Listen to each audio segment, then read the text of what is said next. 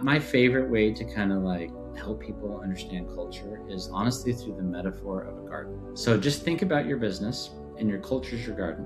What happens if you don't take care of your garden? By default, you get weeds. It's amazing. We don't naturally get beautiful flowers and vegetables and fruits, do we? If we just let it play out.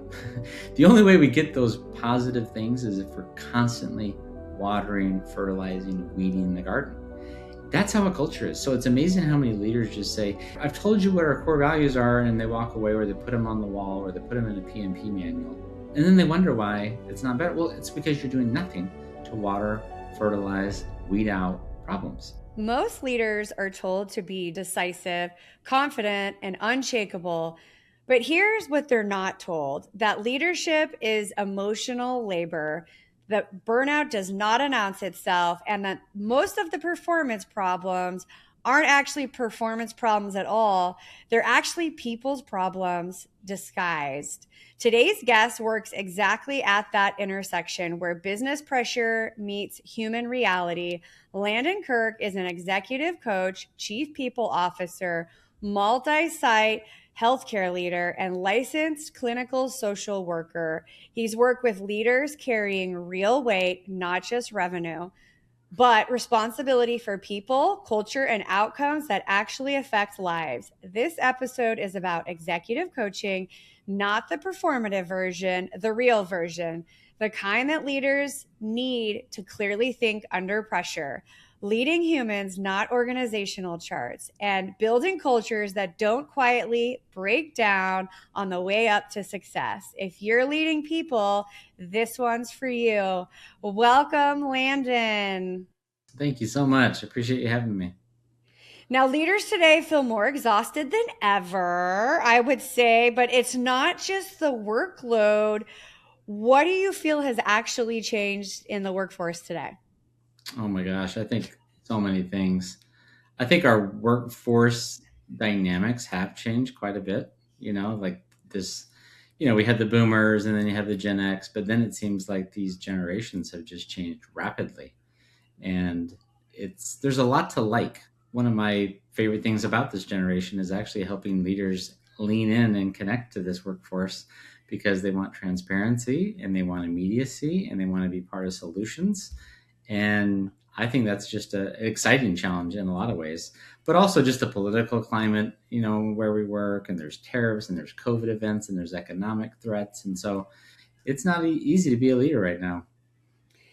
Yeah, and I think the time we're in, it's constant change. It really plays on the exhaustion of the day to day. And I feel like leaders are really working in the gray. There's not as much black and white. I feel like, 20 years ago, I felt like I had more black and white than I Mhm. do now leading. And so, how has employees' expectations shifted alongside that with the pressure on themselves in the workforce? Employee expectations. Yeah, I think, I think it starts with leaders first. And I think leaders have to set those expectations. I think sometimes leaders don't, or they think that the workforce was like when they were an employee, not a leader. And I just think that we have to, adjust, like I said just a minute ago, to our workforce. I think we have to be more clear, not just communicating in words, but in writing and really speak in outcome language, because that's one of the great values of this workforce is they want to know how to win. They want to be successful. I don't think that's a negative thing, but that's on us as leaders to provide that clarity in writing and in outcome language, because especially when you made a good hire, they want to know how to be successful and how they can carve out a career for themselves. Yeah, absolutely. I think I would agree with you. I think, I've talked to young leaders and, they're always in the like, okay, what's next? When can I get Mhm. a raise? When can I move up? When can I take over? And so they're very ambitious to kind of, go the distance. And so I want to talk a little bit about executive coaching behind and beyond the actual performance of it. So when people hear executive coaching, at least I think about KPIs, outputs, but that's not where Mm. you start. What are they actually missing in their kind of executive coaches? Yeah, I think it starts with, like most things, relationship. Like you're only gonna be vulnerable and really share the corners of your life if you trust the person. And I think trust comes from time and evidence. And so how do you do that? You got to build relationships. You got to be consistent. You got to be somebody that they can lean on in their dark moments, not just their high moments and giving them a high five, but hey, can I trust this person with some of my shame, some of my embarrassment, some of my imposter syndrome? And that's one of the big realities and takeaways that I've had since being an executive coach is that most people actually do struggle to a degree with some imposter syndrome. I don't think that's a bad thing. I think it's fine. I think it keeps you sharp and hungry and in growth space. But yeah, I just think that so many people kind of think that I'm going to go to a coach and I'm going to get more accountability or KPIs, as you say, and that's part of it. That is part of it. You do want to have some results, but I don't think you get there unless you have trust, partnership, relationship, collaboration. That I'm vulnerable back to my clients, that I can share my struggles so that they can know that I've been there, done that. If I just come from this place of judgment or even that I don't understand, that's just not going to resonate. Yeah, and I feel like traditional performance frameworks fall a little bit short. I feel like meets Mm-hmm. expectations, doesn't meet expectations, Yep. exceeds expectations. But I think, you know, we all have blind spots. And one of the things I love about executive coaches I've had is I didn't even realize the blind spots I had until they brought it forward. And they brought it forward to your point because I had a relationship with them.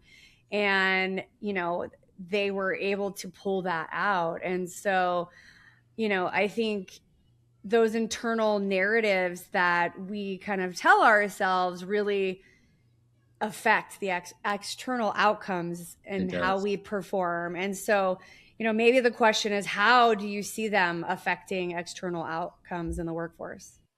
Ready to lead smarter and invest wiser? On the Executive Connect podcast, we unpack executive strategies for wealth and influence. Hit the subscribe button now. Don't just watch, act. I mean, it's funny because my background, my training really is as a clinician, not as an executive coach, but it's actually been a perfect training ground for like, boy, I understand how to do the therapy side with somebody. That's not the line I do with my clients. I keep it more professional, but there's a lot of similarities because they do have to discover themselves. They do have to look in the mirror, and how I actually hold up that mirror for them to challenge their blind spots, to turn their head towards those gaps is just a critical component of it. Because if I come at them in a way that it's going to bring up their defenses, or that I'm going to challenge it too early, that they don't think it's an issue, that's just going to backfire, because then it's not only going to hurt the trust in the relationships, but they're never going to get the chance to look at that opportunity. And so it's an art. I mean, there's a little bit of a science to it, but it's an art. And I think it's an art because you have to read people, you have to have relationship, like we said, you have to be able to know what makes people motivated and tick. And when I was a client of executive coaching for many years, and there are times, if I'm being really honest, that I would look at my calendar and see a 3 p.m. call, and I'm like, I'm exhausted. I have been wearing the weight of the world today, and I'm going to go get beat up right now. That's not very exciting. And yet you just lean in and you do it anyway because you know that you just need it. And so that's not for everybody. There's a lot of people that at those midnight hours just kind of want to cancel and reschedule because it's hard. And I'm proud of the times that I persevered, and I'm really proud of the clients that I work with who kind of hang in there and keep pushing forward too. Yeah, and psychology shows up in business decisions. It's part of the way we kind of make decisions. And so I think that's what your clinical background, it brings something very different than most people have. So how does that change how you coach leaders? Yeah, that's a good one. I find that you just never really shed the human component. I'm amazed at how many people that I've seen in my journey, kind of shockingly so. They'll be this great, authentic person, and then they get promoted or they get a new title, and they feel like they have to have this personality change. And it is like, what is happening? Why are you different all of a sudden? Like, that actually makes me trust you less because you feel like you have to put on this persona, and you're trying to be somebody that you're not. And that's not what people trusted. That's not why you're in this place. Why do you feel like you need to do that now? And because I think they do it though because they feel like they're supposed to flex, they're supposed to do it differently, they're supposed to maybe be more command and control. Where that's just not my style. That's not me. That's not what I think a lot of leaders are. I think they're more like you want to lead from a place of relationship. You want to lead from a place of trust. They want to say, "Gosh, you know what? I'm gonna really listen to Landon because not only does he have the experience, but he also knows my experience, and he's seen my weaknesses, and he still is challenging me. He believes me. He believes in me, and I'm going to borrow some of that, even if I don't believe in myself. And that's pretty powerful. But if I just come at this from a task, a KPI, as you said, they might give me the bobblehead, but I don't know that they're going to engage and do And it. I would agree with you. I think back to when I got my first leadership role 20 something years ago, I had that attitude switch. And for Mm-hmm. me, it was more because I felt like I had to know everything. Like the Mm-hmm. leadership is depending on me to lead the team, and I need to lead it with all the knowledge. And so, the older I got, the more that I learned that that was very false and that was the wrong way to do it. But I think, thinking back to that, I unintentionally probably projected some stress onto my Right. team because I was a really young manager. And so I was probably, strung out a little bit trying to figure everything out and keep everything together. And I accidentally probably projected some of that onto them. And so I think, emotional intelligence plays a huge part of Agreed. leadership, in my opinion. I think the best leaders I've worked with a lot of people who had no emotional intelligence, Mm-hmm. and I've worked with people who had emotional intelligence. The difference is the teams work better together and we get places versus somebody at the top making all the decisions and they really trust their team, kind of to your point. And so, talk to me a little bit about the emotional intelligence side, and where does it actually become operational in the workforce? That's a good one. Yeah, I think it's one of the most underrated traits, and unfortunately, at least my opinion, it's more of what I would call a red trait, meaning if I was to put all traits in a green, yellow, red, emotional intelligence is red. It's a hard thing to naturally learn. Most people kind of have intuition and awareness and emotional intelligence without being trained on having emotional intelligence. If you don't have it, it's not that you can't develop it, it's just that it's red. It's extremely hard versus like a competency or a trait like finance.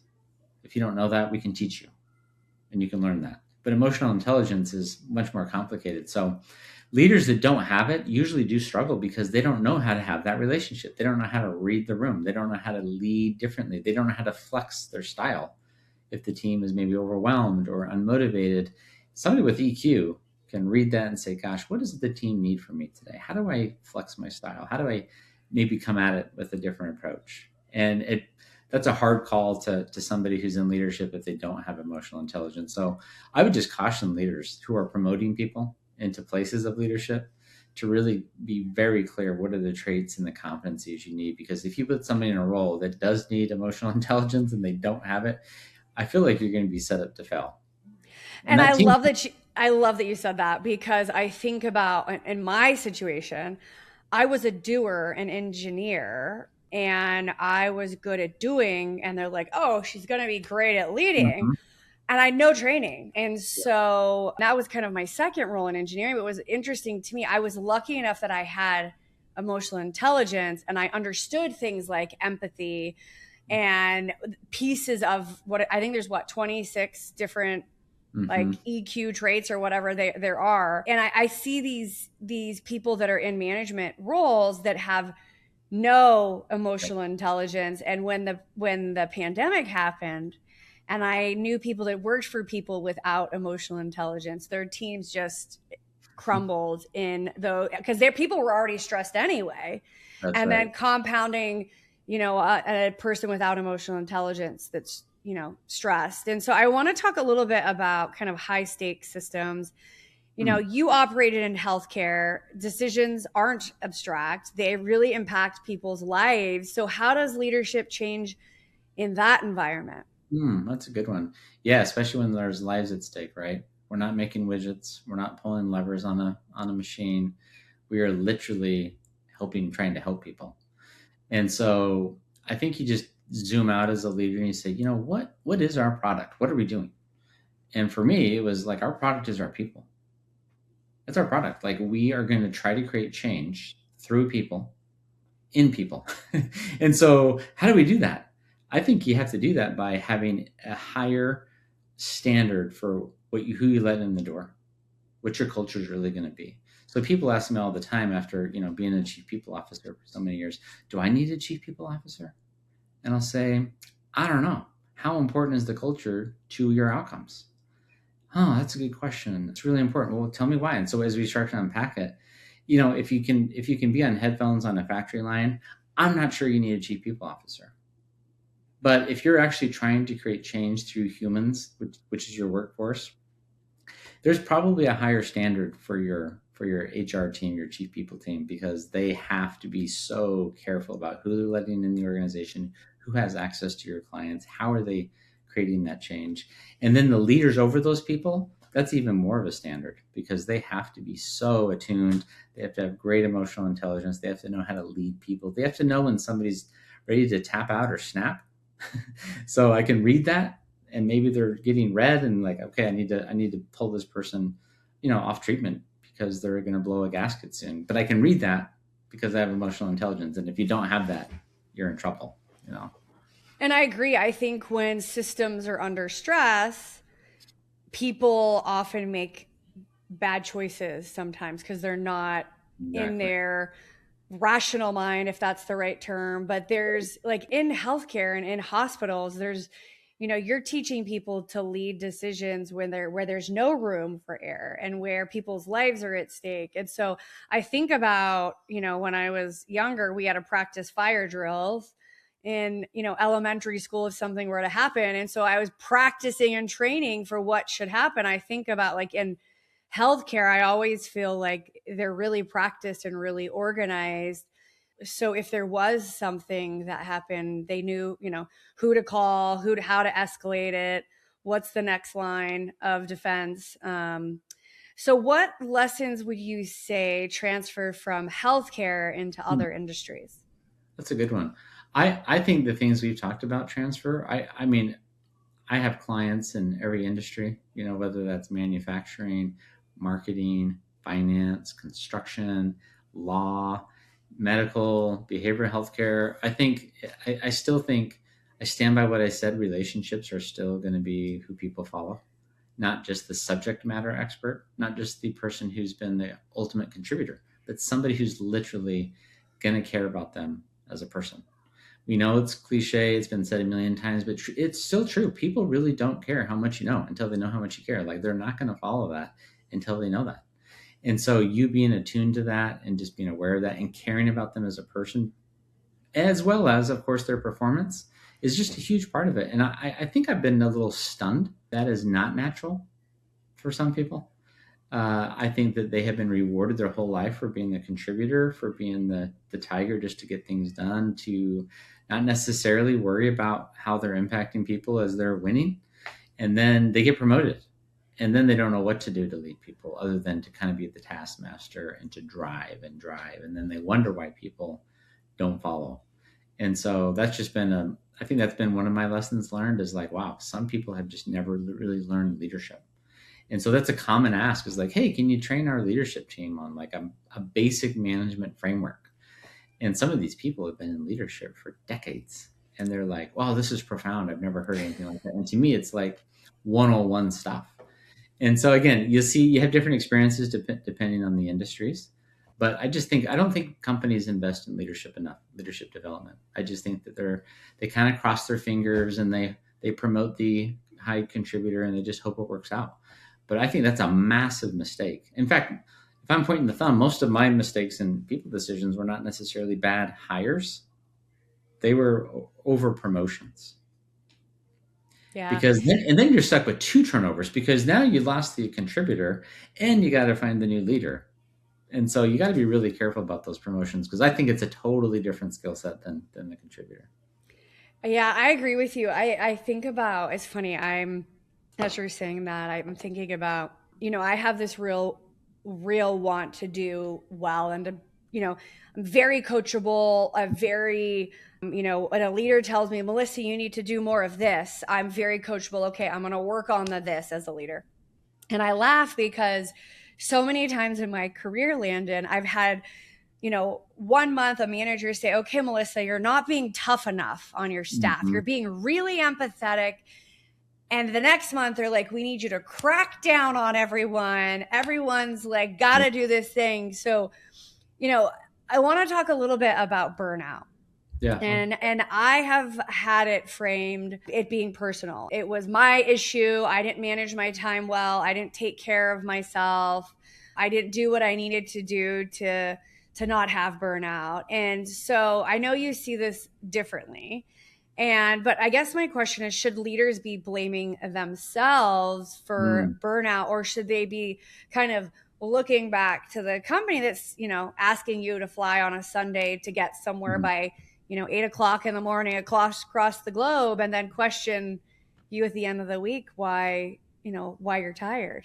Money Ripples is on a mission to help professionals just like you get their money working harder for you. Their clients free up an average of $35,000 their very first year without having to work extra hours. To show you how, they've put together a powerful training called Cash Flow Secrets, and the listeners of the Executive Connect podcast can get it completely free. Just visit moneyripples.com/secrets and enter the promo code EXEC.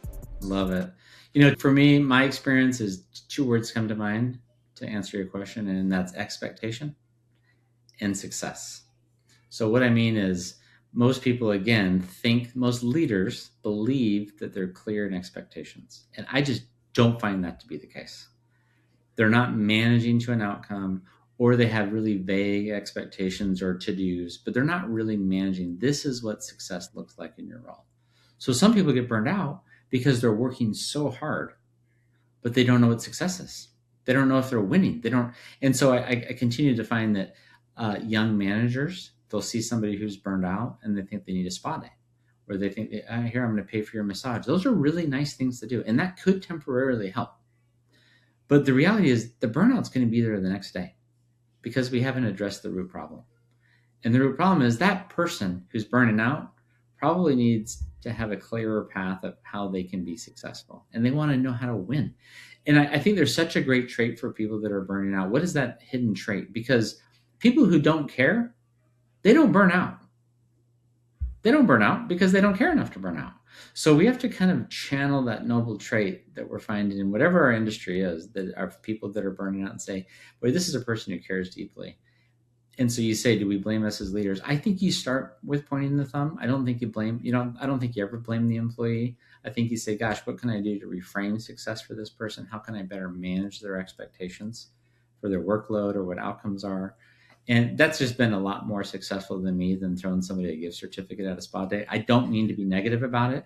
It does help. Like I said, it does help.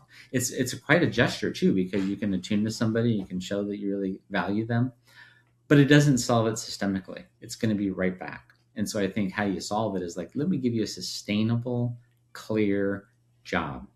Here's what it looks like. And let's manage that with each other if you get out of balance or you work too much.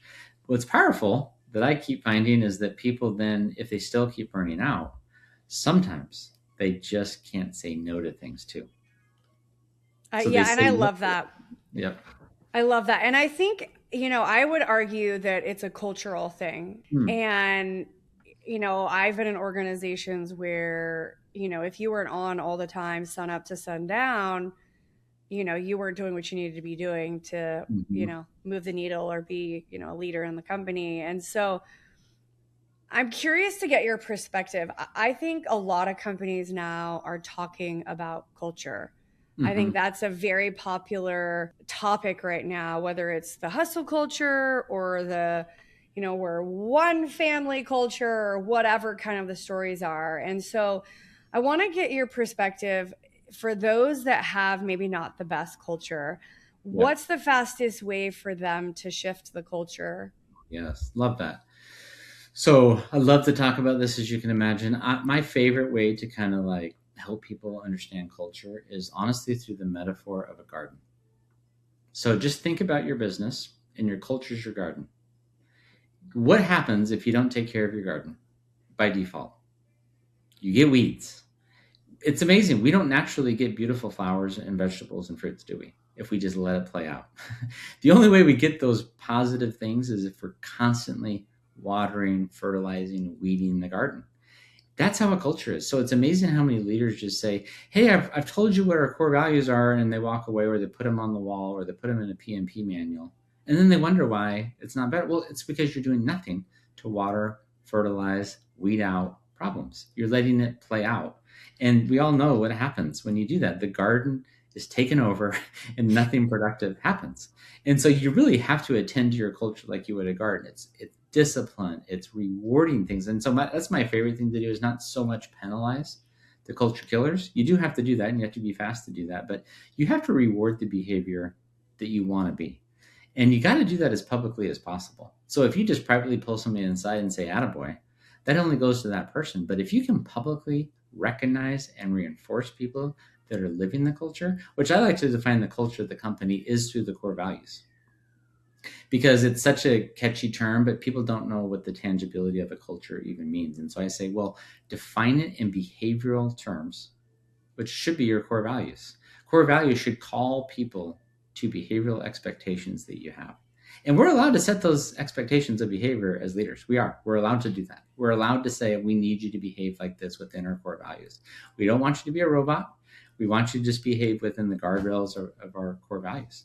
And then you have to just stay on it and stay on it and stay on it and reward it as much as you possibly can. Build systems around the culture, because otherwise, like I said, you're going to have a garden with weeds, and then you get frustrated because you may have set the expectation, but you did not stay on top of weeding out the problems.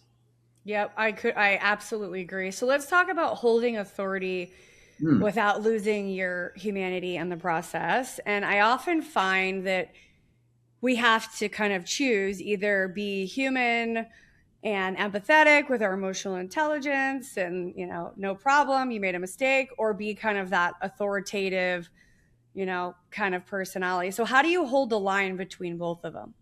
Yeah, and I love that question, because I do think the magic is to try to be both. I think it's the magic of everything we've talked about, which is hold the space for the relationship, because people won't follow you, but also have expectation and follow through. Because I've seen some leaders who are so good at the relationship, but that they suffer with the expectation because they know so much about the person. They know what's going on with them personally, they know their mental health struggles. And so, out of compassion, they let things slide. And that sounds really nice. So the problem is, now there's a behavior and a precedent set where this person can sometimes take advantage of that. And then the leader has a really hard time reining that in. And so it's a really hard line to walk. I totally agree. But I don't think it's binary. I think you have to try to hold space to say, I have to care about my people as people, not just for the work they do, but I care about them as a human being. And I have expectation. And it's okay that you have expectation. In fact, you should have expectation, but it should be clear expectation. And you got to hold space for both. Because what that does for me is it frees me up to have empathic accountability. Seriously, like, so when I set the expectation and I know it's clear and somebody's fallen off track, I'm allowed to be curious with them. Hey, Melissa, like, I feel like we have been really clear on the expectations. We've gone over it a couple times. Are you okay? It seems like you're kind of struggling these days because things are a little off. Can you help me understand so I could be a better support for you? And then, I mean, it's going to be hard for you to answer that if you're not, if something's not wildly off. But again, going back to the other question, if I'm just a hard nosed person who doesn't care about you and I'm just worried about the outcome, I'm going to shut you down. You're going to quit. I'm not going to get anything out of you. So it's a hard thing to do, and it does take practice and experience. But I think leaders out there have to try to do everything they can to hold space for both. I agree. I think, it's also one of the other things I love is kind of this boundaries word, Mm. holding kind of, I've Mm-hmm. had to learn this, I would say, over the last 5 years of being in management, because there's always one more thing and one more thing and one more project and one more project. And just kind of, hold the line on, my kid has a soccer game. like just being really transparent, really clear, hold a boundary, and still communicate. I'm here. I'm committed. I want to get this thing done. Here's how far I got. And so I find boundaries are really a key way to kind of build the relationship, and also communicate you know with your manager on what the expectations are both ways. And so how do boundaries support leadership? Today's episode is brought to you by Renaissance, Redefining Success for Modern Mavericks, a book I co-authored with Michelle Klein. It's a straightforward guide through reinvention, leadership, and building real freedom. Inside, you'll find practical frameworks, the Maverick test, and stories that help you take action today. Pick it up at executiveconnectexperience.com/Maverick. Use the code EXEC for 10% off. Yeah, I think you've kind of said it perfectly. I think there's such a dovetail with boundaries and expectations, So when people don't meet an expectation, I think the question for a leader is that a boundary violation for you? Are you going to do anything about that? It's really easy to be a manager when you have a team of 8 players and they all hit their goals, and anybody can be a manager in that situation. The question is, how do you be a manager when things get off track, when expectations aren't met? And then I think it's one of those moments, to your point, of, hey, is this a boundary that I need to address? Or is it just a fallen expectation? So, it's probably my behavioral healthcare background, but boundaries often are confused with just, a personal space or emotional boundaries. But I think they apply to work. I think it just dovetails into expectations that, hey, I need you to do this. My boundaries for you are to be on time, to care about our customers, to do good work, to meet your outcomes, to lead with empathy, whatever those things are. And if you don't do that, I think the leaders have to say, what am I going to do when I don't have this? Am I going to address this, with this person? Yeah, and I think that's the key, is having those kind of candid conversations. And I think it was Brene Brown that said, is it clarity is kindness, or I don't know. Somebody said being clear is kind. Clear is unkind. Yeah. Yeah. Whoever said that line, I think it's so true to communicate that, and you're also building the relationship in the process. Then, Yeah. And I find, being a mother makes me a better leader. It doesn't make me a less leader. I feel like I am a better leader because I have children. And so understanding that I need to get to a child soccer game, or I need to get somewhere, holding that line, communicating it, making sure leadership is okay with it. And they're like, yeah, do your thing. And so we're clear. And so people aren't wondering, like, where's Melissa? Why is she not on? Where is she at? It's just super clear. And so my next favorite thing to talk about is this world of change we are in. It is a really tough times. We see organizations changing faster than ever. They're downsizing, they're buying other companies, and leaders are expected to stabilize all of that. In walks AI, technology, politics, everything that's going on, inflation. How and what do they need most in these moments? Yeah, that's a good one. I think, as much as we've talked about from being a coach, that you got to create a safe space, that you can be a vehicle for them, because it is lonely at the top. That is when a leader does need to provide some stability, because just as your point as a parent, would you become dysregulated in front of your child? What's going to happen?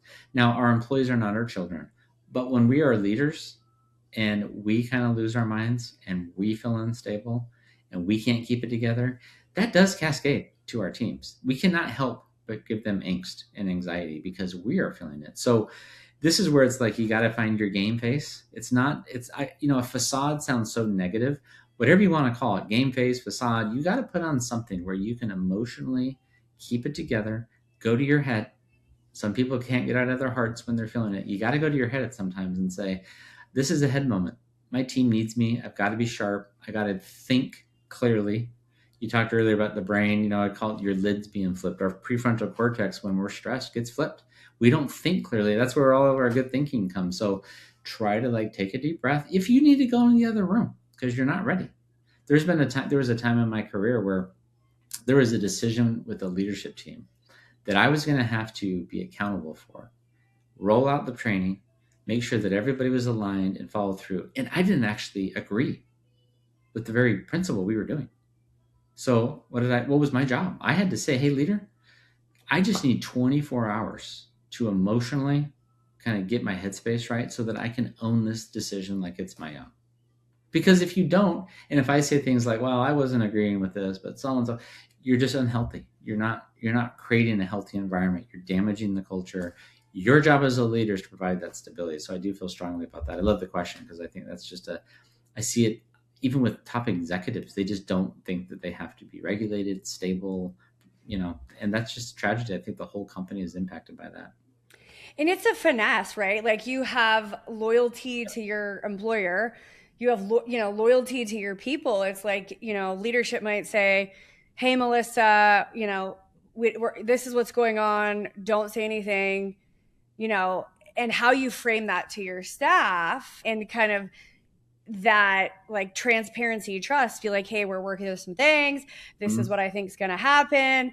No matter what happens, I have your back. If it's layoffs and we're all getting layoff, I'll help you. I'll be a reference. I've got your back. Like making sure people feel safe and really wrapping your hands around them, whatever the outcome is, that you are there for them. You may not have all the answers today, but you're going to help them find all the answers, and you're going to do it and we're going to do it together. It's a total different answer than, oh my God, I don't know, everybody's getting laid off. And then people go home and kind of make assumptions of what's happening without having all the information. And so that leads me to wanting to talk more about the inner work. I know some leaders who completely avoid that inner work entirely and they focus on strategy. We're executing, we're performing, we're driving revenue. What do you see happen when you kind of skip, that inner work and the inner layer? And just so I'm clear, when you say inner work, do you mean the inner work of a person or the inner work of the company's health? Well, both, really. I think the inner work of being a good leader and the inner work of just kind of forcing, performance, performance, performance. Yep. So I'm a big Patrick Lencioni fan, and he talks about 4 disciplines of a healthy organization, and he says the first discipline is to create a cohesive, healthy leadership team. And I think that is where it starts. I'm not saying that the leadership team is everything because what could we do without our people? But it sets the tone. It sets the health internally. And then if you're a member of that team, have you resolved enough of your inner work, right? Your brokenness to be able to have composure, to be professional, to be trustworthy, to have emotional intelligence? Because if you don't, what manifests usually when there's just stress. And when there's stress, sometimes the true colors come out. The old saying is, what do you squeeze what comes out when you squeeze an orange? And people are like, well, orange juice. Yeah, why? Because that's what's on the inside. Yeah, you don't get lemonade, you get orange juice. Well, guess what? When we get squeezed, sometimes what's on the inside comes out. And if we haven't healed that, if we haven't resolved some things, it happens a lot. And I would just say to healthcare leaders out there that, especially behavioral healthcare, where you're trying to heal people through your work, there's an old saying that we've said for many years at my company that ACEs attract ACEs. ACEs stands for AC, adverse childhood experiences. So when you're trying to heal adverse childhood experiences, who's drawn to that work? People with adverse childhood experiences. So the danger is they haven't always resolved it. And so they're trying to resolve it by healing it in others. And it actually is kind of a train wreck.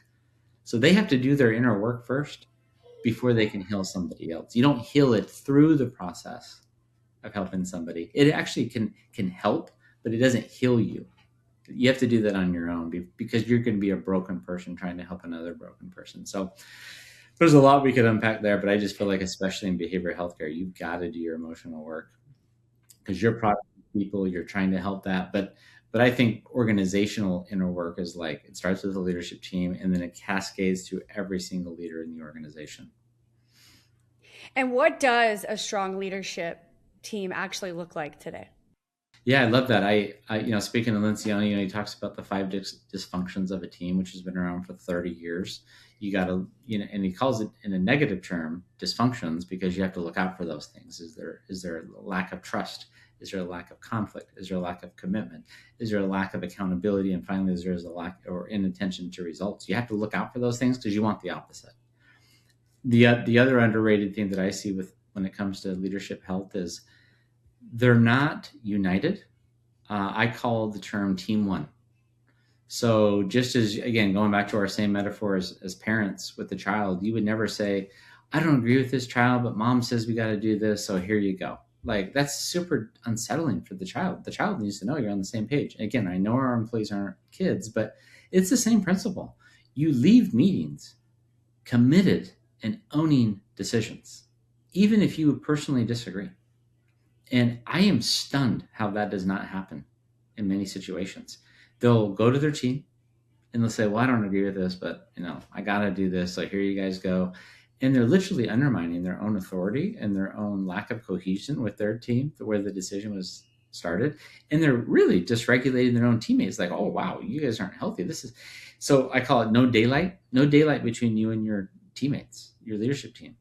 No daylight. You close that, you work on that together, you do that behind closed doors, because it feels like an ocean to your team when there's daylight between you. You got to be super tight on all those things, even if there's conflict and disagreement, which there regularly is. Yep. So those are just some, but no, and I agree. I think you've got to be aligned and understanding. We mentioned a little bit about values. I always am interested on company values, because if the senior leadership team are not, all in on those values, whether it be transparency or trust or integrity or whatever the values are, it's hard for people to come together on that. And so the leadership team really has to be aligned on, what our values are, are we on a team communicating with each other and being transparent? And I find that, it's really, really, it starts at the top. It does. And if you're expecting employees to live behavior that you're not willing to model and live yourself, you're never going to have it. It's what I would call a backfire effect. Don't even have core values if you're not going to live them as a leadership team, because all you're doing is inviting, dissonance and contempt, because it's like, this doesn't make any sense. Our leaders don't even live these values. 100%. I feel like I learned that, so young as a kid. I even see it in my own children. I'm like, don't do this thing. Mommy says no. And then they catch me doing the thing. They're like, well, you can do it. Why can't I? And so it's like this dialogue that you got to kind of lead by example. And so thank you so much we've covered a lot today, Landon. Thank you so much for sharing your knowledge, time, and interesting background with our listeners. And so for leaders who want to perform without burning themselves out, or their teams, we'll link Landon's work in the show notes. And make sure to follow us on YouTube or wherever you podcast. And that's the Executive Connect podcast.